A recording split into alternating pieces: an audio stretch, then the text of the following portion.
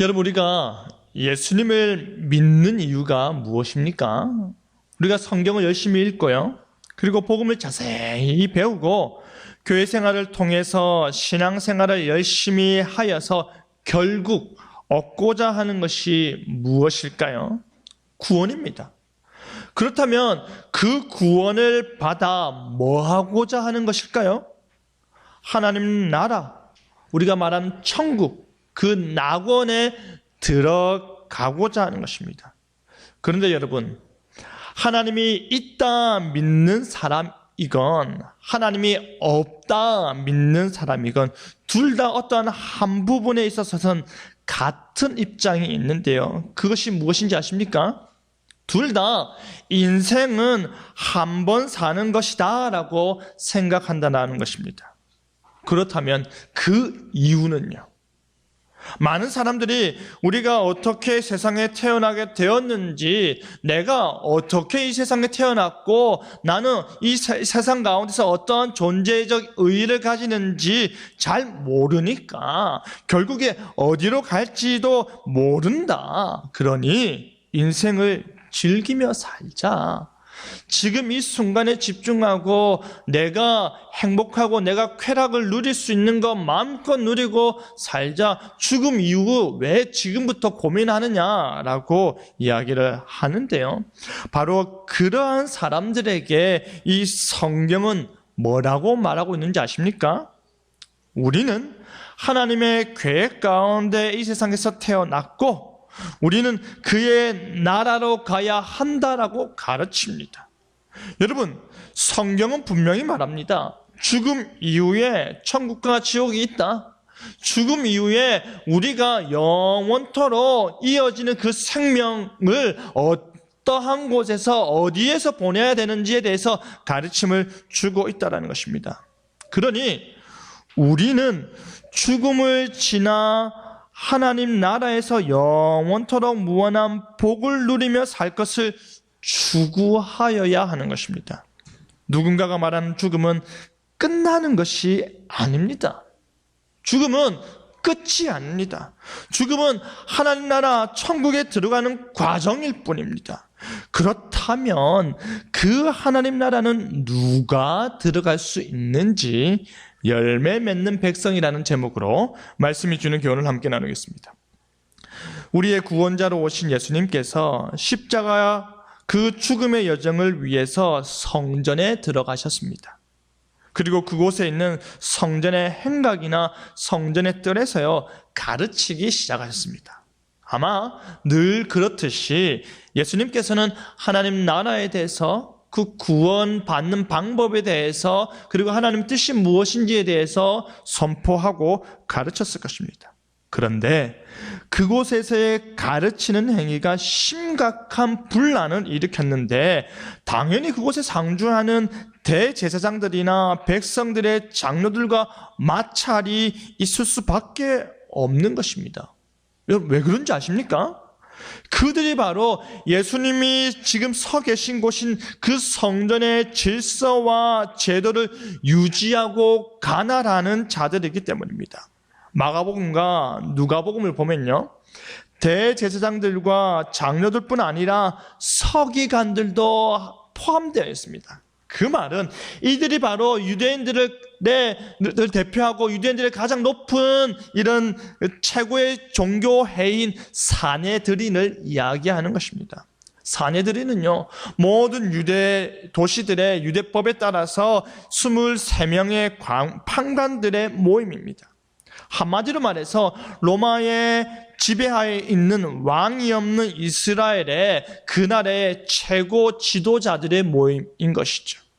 그들이 지금 예수님께 나온 것입니다. 이스라엘의 대표하는 자들이, 이스라엘의 지도자들이 예수님께 나와 하는 말이 왜 그러느냐라고 묻는 것입니다. 뭐가 왜 그럴까요? 시간상으로 보면요, 예수님께서 그 하루 전날에 동일하게 성전에 오셔서 성전 청결 사건을 일으켰습니다. 성전을 깨끗하게 하셨다 이 말입니다. 예수님께서 성전에 들어가셨을 때 그의 눈에 보이는 것이 무엇이었냐면 제사에 쓰일 제물과 헌금할 수 있도록 돈을 바꿔주는 상이었습니다.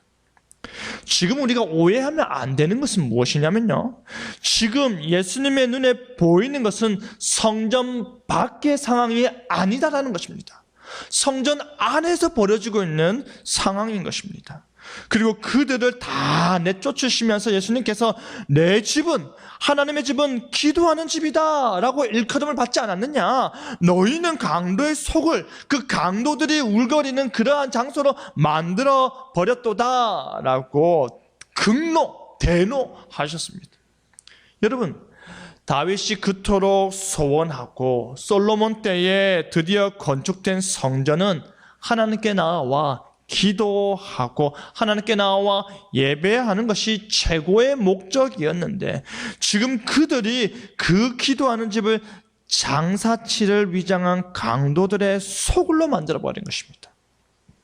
조용히 기도하고 묵상하고 찬양하고 하나님의 말씀을 강론하고 배우는 것이, 그것이 바로 성전인데 그것을 시장터로 만들어버린 것입니다. 여러분 생각해 보십시오. 하나님 아버지라고 기도하고 있는데 옆에서 싸게 해드립니다, 오세요 싸게 해드릴게요, 잘해줄게요 라고, 돈 바꿔 가세요 라고 이야기를 합니다. 말씀을 읽고 그 말씀에 대해서 깊이 생각을 하고 하나님 뜻이 무엇인가 고민하고자 하는데 비둘기가 계속 파타파타파타파타파타파타파타 구구구 하고 있습니다. 과연 계속 그렇게 된다면 기도가 되겠습니까? 말씀 묵상이 되겠습니까? 우리가 주일에 말씀을 듣고 있는데 밖에서 트로트 노래가 계속 끊이지 않고 들려온다면 그 말씀에 과연 집중이라도 할 수 있겠습니까? 제 아들 주원이가 이 예배당에서 조금만 소리 내고 떠들어도 우리가 예배가 완전히 방해가 되는데요, 예배 중에 전화 한 통만 울려도 따르르르르 울려도 그 모든 집중도가 한순간에 무너져 버리게 됩니다. 너무나도 힘든 것이죠. 바로 그와 같은 모습보다 더 심각한 것이 바로 지금 예수님이 바라보고 있고 예수님 서 계신 성전의 모습이었습니다. 예수님께서 그곳에서 행한 일은요, 성전의 원래 모습으로 되돌리시는 것입니다.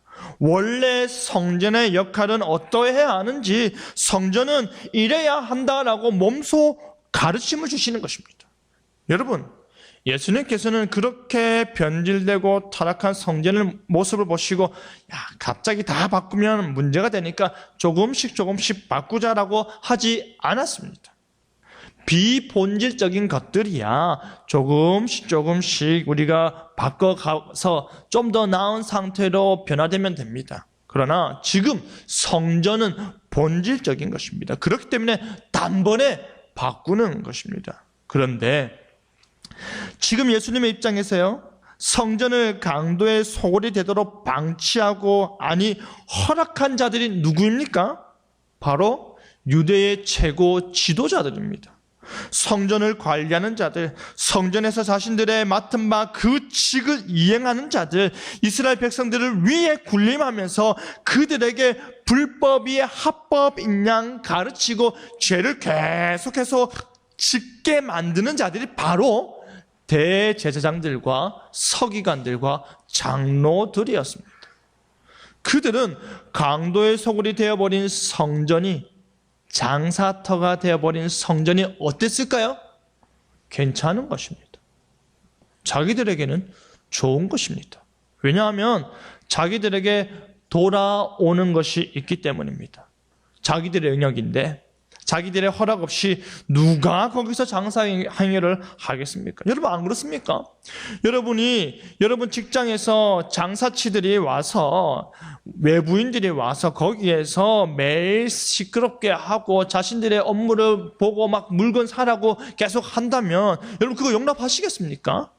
불평불만을 해대면서 나가세요 할 거 아닙니까? 그런데 만약에 당신 누구 때문에 이렇게 와서 우리 회사에서 이렇게 일을 방해합니까? 사장님이 허락했습니다. 이 말이면 사장님이 허락했습니까? 하면 모든 게 다 용납되고 그냥 꿋꿋이 참고 그 일이 계속 벌어지듯이 지금 성전은 이스라엘의 최고 지도자들에 의해서 변질과 타락이 허락된 것입니다. 성전의 본 모습보다는 자신들의 주머니가 더 중요한 것이죠.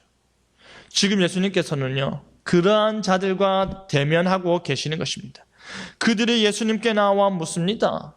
내가 무슨 권위로 이런 일을 하느냐? 또 누가 이 권위를 너에게 주었느냐? 한마디로 말하면요, 당신 누구야? 라고 묻는 것입니다. 당신의 정체가 도대체 뭐야? 라고 묻는 것이죠. 소위 가진 자들, 높은 곳에만 있던 자들, 오랜 기득권층에서 볼 때는 예수님은요, 제사장도 아니고요, 서기관 출신도 아니고요, 장로이거나 장로 가정도 아니고요, 바리새인이나 사두개인도 아니었습니다. 그 누구도 아닌 것입니다. 그들의 기존 질서를 해치는 자가 그 누구도 아닌 자이니까 화를 내는 것입니다. 자신의 기득권에 도전을 하기 때문에, 자신들의 권위가 축소되고 권력의 힘이 빠지기 때문에 예수님을 제지할 수밖에 없다 판단한 것이죠. 그렇기 때문에 너 누구야? 라고 묻는 것입니다. 누가 너한테 그러한 권리를 줬어? 자격증을 제시해라! 라는 말하는 것입니다. 그가 권한이 없다면, 그가 자격증이 없다면 그런 상태에서 성전에서 의로운 분노를 바라고 백성들을 가르쳤다라는 것을 밝혀내어서 자격 없는 자가 이런 짓을 했습니다 라고 해가지고 그 모든 예수님이 받았던 존경과 권위를 한순간에 없애버리고자 했던 것입니다. 여러분, 이들이 왜 이 질문을 하는지 아십니까? 예수님이 싫기 때문입니다. 예수님의 가르침이 싫고, 예수님의 복음이 싫고, 예수님의 옳음이 싫은 것입니다. 자신들의 부족함이 드러나고, 자신의 위선적 율법의식이 드러나고, 자신들의 그릇됨이 드러나기 때문입니다. 그래서 예수님을 힘으로 눌러버리고자 했던 것입니다. 예수님의 권위를 단숨에 제압해버리고자 했던 것입니다. 우리가 늘 하는 것입니다. 그 사람을 흠집내어서 너나 나나 만들거나, 그 사람을 음해하고 그 사람의 어떤 좋지 못한 부분을 드러내어서 그 사람의 말의 힘을 빼버리는 것이죠. 그런데요, 보통 사람이면 그 권위에, 그 무게감에 압도당했을 것입니다. 그런데 이 질문에 예수님께서는 즉시 답변을 내어놓는 것이 아니라 너 누구야? 라고 할 때 자신이 누구다라고 대답하지 아니하시고 오히려 질문으로 응하십니다. 나도 질문을 할 테니까 대답을 한번 해봐라. 너희가 대답을 하면 나도 무슨 권위로 이런 일을 하는지 알려주겠다라는 것이죠. 얼마나 놀랍습니까? 예수님의 질문은 이것이었습니다. 요한의 세례가 어디로부터 왔느냐? 하늘로부터 왔느냐? 아니면 사람들로부터냐? 라고 물었습니다. 여러분, 세례 요한은요, 회개하라, 천국이 가까웠느니라 라고 외치면서 많은 사람들을 하나님의 나라로, 하나님께로 돌이킨 자였습니다. 그가 오실 메시아를 예비하고 그의 길을 앞서 준비하는 자로서 역할을 감당했는데요, 구체적으로 그가 예수님에게 무엇을 행했습니까? 그가 예수님께 세례를 베풀었습니다. 그리고 그가 많은 사람들이 예수님께 몰려가기 시작할 때 예수님은 흥하여야 한다. 나는 그의 길을 앞서 준비하는 자니까 나는 점점 쇠하여 사라져야 할 존재다라고 겸손히 자신의 존재를 알던 자였습니다. 그뿐 아니라 많은 사람들이 세례 요한으로 말미암아 세례를 받았습니다. 바로 그를 언급하면서 너희들이 너무나도 잘 아는 그가 베푸는 세례는 도대체 누구로부터 왔느냐? 많은 사람들이 존경하는 그 세례 요한이 요단강에서 수많은 사람들에게 계속해서 세례를 베풀어 왔는데 그 세례가 어떤 권위에 근거한 것이냐라고 묻는 것입니다. 하나님의 권위로부터 행해진 것이냐? 아니면 사람들로부터 받은 것이냐? 이 대답을 너희가 먼저 하면 나도 너희들이 한 그 질문, 너 누구야? 무슨 권위로 이 일을 하고 있어? 라는 질문에 대답하겠다라는 것이죠. 여러분, 이 질문은요, 굉장히 날카로운 질문입니다. 쉽게 대답을 못하기 때문입니다. 그들이 선뜻 답을 바로 못 내놓는 이유가 무엇인지 아십니까? 만약에 하늘로부터라고 하면 하나님께서 보내신 자이고 하나님께서 주신 권위로 천국 복음을 선포하고 회개의 세례를 베풀었는데 왜 너희들은 그를 믿지 아니하였냐라고 질책을 받게 될 것이고, 만약에 사람으로부터 받은 것이다 라고 하면 많은 사람들이 요한을 선지자로 여기고 이스라엘의 지도자로 여기는데, 그가 외치고 그가 가르치고 그가 베풀었던 세례를 무의미한 것으로 여겨버리니 백성들이 무서운 것입니다. 그래서 그들이 내린 결론이 무엇인 줄 아십니까? 우리가 알지 못한다. 우리가 알지 못하노라 했습니다. 대답하기 곤란한 질문을 받으니까 모른다라고 잡아떼는 것입니다. 그러니 예수님께서도 그렇다면 나도 너희들의 질문에 대답하지 않겠다. 너희들이 모른다 말하는 것은 대답하지 않겠다라는 것 아니냐. 나도 무슨 권위로 너희들이 말하는 이러한 일을 하는지 너희들에게 알려주지 않겠다 하시는 것입니다. 좀 더 깊이 있게 보면요, 세례 요한이 이미 예수님을 자신보다 크고 높으신 분으로 선포하고 있음을 볼 때에 세례 요한을 인정하면 예수님은 더 인정해야 되는 것입니다. 세례 요한이 예수님을 자기보다 더 높으신 분으로 인정하고 있기 때문입니다. 반대로 요한이 어떠한 존재인지를 인식하지 못하면 그가 예비하는 예수님 누구인지에 대해 전혀 알지 못하는 것입니다. 왜 회개해야 하는지, 회개하여 돌이켜 어디로 가야 하는지, 그곳에서 요구되는 것이 무엇인지를 전혀 받아들일 필요가 없게 되는 것이죠. 그러면서 나도 대답하지 않겠다 말씀하신 예수님께서요, 지금 자신 앞에 있는 대제사장들과 서기관들과 장로들에게 비유로 말씀을 전하십니다. 어떤 사람에게 두 아들이 있다. 두 아들이 있어. 하루는 아버지가 맏아들에게 얘야, 오늘 포도원에 가서 일 좀 해라 라고 했더니 그 맏아들이 예 아버지 라고 내가 그렇게 하겠습니다 라고 한 뒤에 어떻게 했습니까? 안 갔습니다. 그리고 둘째 아들한테도 그 아버지가 똑같은 말을 했습니다. 얘야, 오늘 너 포도원에 가서 좀 일 좀 해라. 그랬더니 둘째 아들은요, 싫어요. 나 일하기 싫어요 라고 대답했습니다. 그리고서는 싫다고 말하는 그 자신의 모습과 대답이 마음에 걸려서 뉘우쳐서 그 아버지의 말이 못내 마음에 걸려 일하러 갔습니다. 이 이야기를 들려주신 뒤에 예수님께서 대제사장들과 서기관들과 장로들에게 질문을 합니다. 이 둘 중에 누가 아버지의 뜻대로 하였느냐? 누가 아버지 뜻대로 했습니까? 누굽니까? 둘째 아들이죠. 둘째 아들이니다. 그러니 예수님께서 말씀하시기를 내가 진실로 너에게 이르노니 세리와 장녀들이 너희들보다 먼저 하나님 나라에 들어가리라 하였습니다. 여러분, 둘째니다, 세리들과 장녀들이 먼저다, 이 말이 무슨 뜻인지 아십니까? 성전이 어떠한 곳입니까? 말 그대로 거룩한 곳입니다. 그곳을 향하는 발걸음은요, 항상 거룩을 흠모하는 마음으로 가득 차 있는 것입니다. 내가 하나님 앞에 나아가 내가 하나님께 예배하리라. 내가 하나님 앞에서 나아가 나의 모든 잘못과 죄 용서함을 받으리라. 내가 하나님 앞에 나아가 죄사함의 은혜를 듬뿍 받으리라. 내가 하나님 앞에서 거룩해 되리라. 내가 하나님 앞에서 복 받으리라. 그런 깊은 다짐을 가지고 주께 나아가는 것이 성전입니다. 그런데 자신들의 주 생활 무대가 성전인 대제사장들과 서기관들과 장로들은요, 하나님의 뜻을 말하고 하나님의 말씀을 읽고 하나님의 영광을 논하면서도 실상은 성전 안이나 성전 밖이나 위선적이었던 것입니다. 그 말씀을 전혀 지키지 않는 것입니다. 하나님의 뜻이 아닌 자신의 뜻을 말하고, 하나님의 말씀이 아닌 자신의 말을 중요하게 여기고, 하나님의 영광보다는 자신의 자존심과 명예가 훨씬 중요했던 것입니다.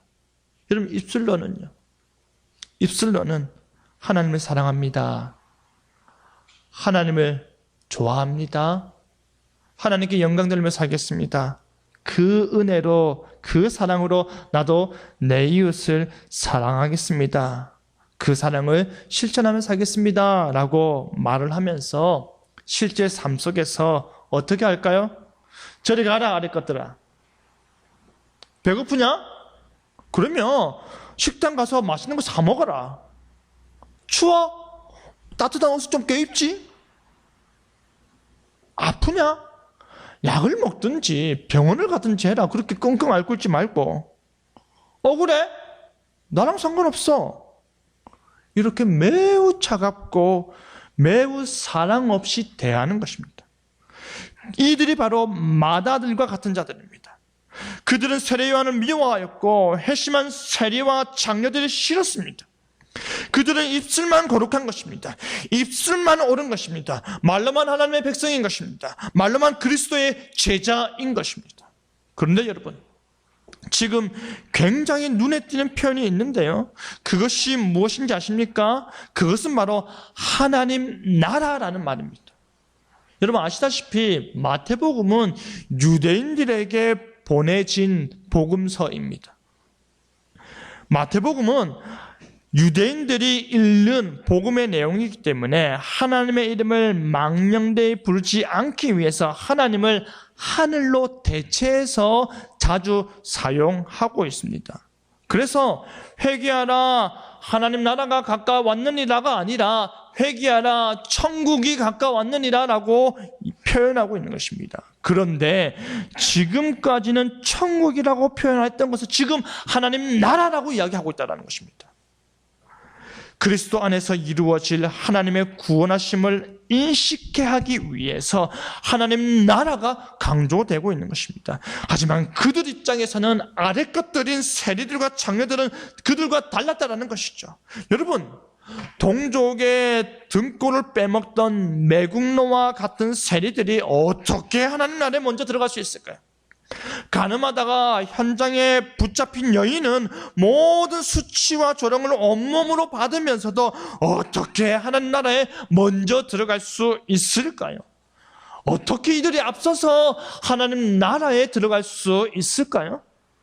왜냐하면 그럼에도 불구하고 죄를 많이 지었음에도 불구하고 그들의 과거가 정말로 검게 물들어 있다 하더라도 그들이 지금 믿었기 때문입니다. 그들이 회개하였기 때문입니다. 여전히 예수님과 논쟁 중에 있는 유대의 종교 지도자들에게도 기회가 있습니다.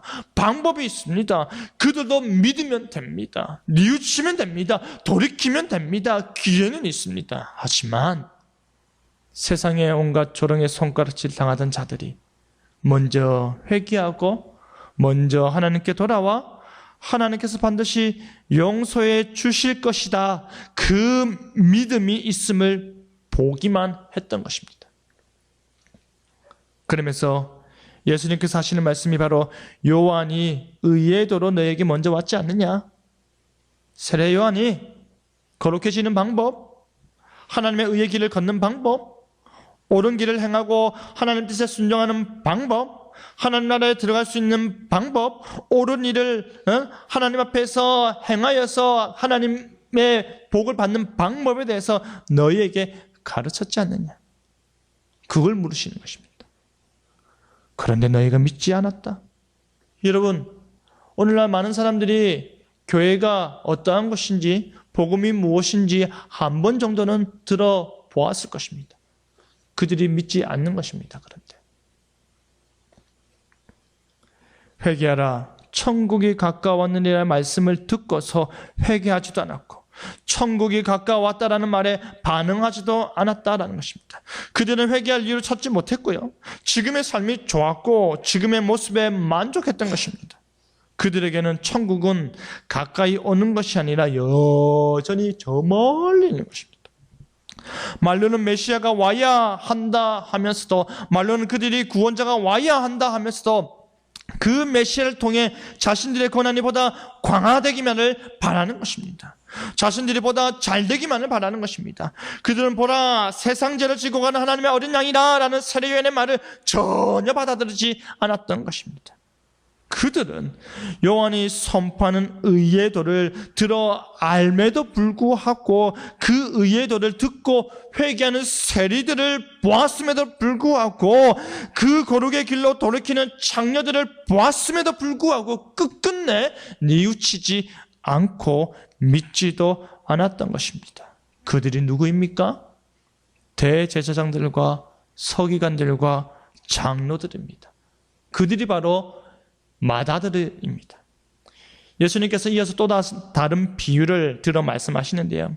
그 비유는요, 포도원의 주인이 먼 곳으로 여행을 떠나면서 농부들에게 그 농장을 맡겼습니다. 그리고 시간이 흘러서 포도원의 열매가 맺히니까 그 열매를 받으러 자신의 종을 보냈습니다. 그런데 그 농부들이 그 종을 때려 죽여버립니다. 그래서 이게 무슨 일이지? 해서 또 다른 종을 보냅니다. 그런데 똑같은 일이 반복이 됩니다. 그래서 이 사람들이, 그 농부들이 종들을 하찮게 여겨서 종이라고 해서 이렇게 했나? 그러는 마음에 자신의 아들을 보냅니다. 아들을 보내니까 그 농부들이 이 농장의 주인의 상속자이지 않느냐, 이 상속자를 없애버리고 농장 주인이 저 멀리 가 있으니까 이 아들을 죽여버리면 이 농장 우리 거 되겠네 라고 해서 그 아들까지 죽여버립니다. 여러분, 이 비유의 내용은 이렇습니다. 포도원 주인은 하나님이시고 그가 보낸 종은 세례 요한과 같은 선지자들이고요, 악한 농부들은 지금의 대제사장과 서기관과 장로들의 무리이고요, 그리고 아들은 누구겠습니까? 예수님이십니다. 이 악한 자들은 자신들의 이익을 위해서 왕의 아들을 서슴없이 죽여 버려놓고 아무런 양심의 가책을 못 느끼는 것입니다. 그렇기 때문에 그들은 하나님의 아들이신 예수 그리스도를 십자가에 아무 거리낌 없이 못 박은 것입니다. 빌라도 총독에게 예수님을 건넨 자들이 누구였습니까? 대제사장들과 장로들이었습니다. 그들이 예수님을 죽이려고 함께 의논한 뒤에 결박하여서 빌라도에게 끌고 갔던 것입니다. 그런데 실제 예수님을 신문하던 그 빌라도가 그에게서 어떠한 죄도 찾지 못했죠. 뿐만 아니라 명절이 되면 죄수들 가운데서 사면해주는 전례가 있으니까 그것을 빌미로 빌라도가 바라바라는 악명 높은 죄인과 예수님 둘 중에 한 사람 놓아주자. 그러면 사람들이 예수님이 죄가 없는 것 같아요, 예수님을 놓아줄 거라 생각했는데 바라바를 놓아주라 하는 것입니다. 그렇게 백성들을 선동하여 예수는 죽이고 바라바를 놓아주라고 시킨 자들이 누군지 아십니까? 대제사장들과 장로들이었습니다. 허탄한 빌라도는요, 이 사람이 도대체 무슨 악한 일을 행하였느냐라고 되묻기도 했습니다. 십자가에 못 박아라, 십자가에 못 박혀야 하겠나이다 라고 소리는 점점 커졌습니다. 그뿐인 줄 아십니까? 빌라도는 그러면 너희가 친히 데려가서 십자가에 못 박아라, 나는 그에게서 죄를 찾지 못하겠다 라고까지 말했습니다. 여러분, 물론 유대인들에게도 법이 있습니다. 그렇게 하면 예수님은 엄벌이 마땅하다라고 자기들은 판단했을지도 모릅니다. 심지어 빌라도 총독이 데려가라, 그리고 십자가에 못 박아라라고 말까지 했지 않습니까? 하지만 그렇게 하지 못하는, 안 하는 이유가 무엇인지 아십니까? 유월절이기 때문입니다. 자신들의 손에 직접 피를 묻히기 싫은 것입니다.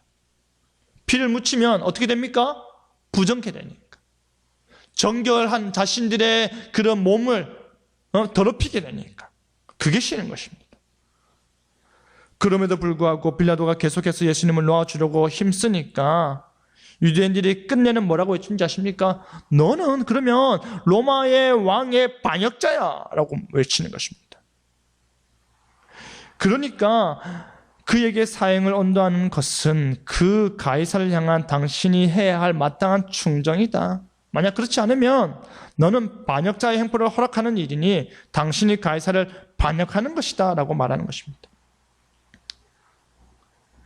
그러자 빌라도가 그를 십자가에 내어주었습니다.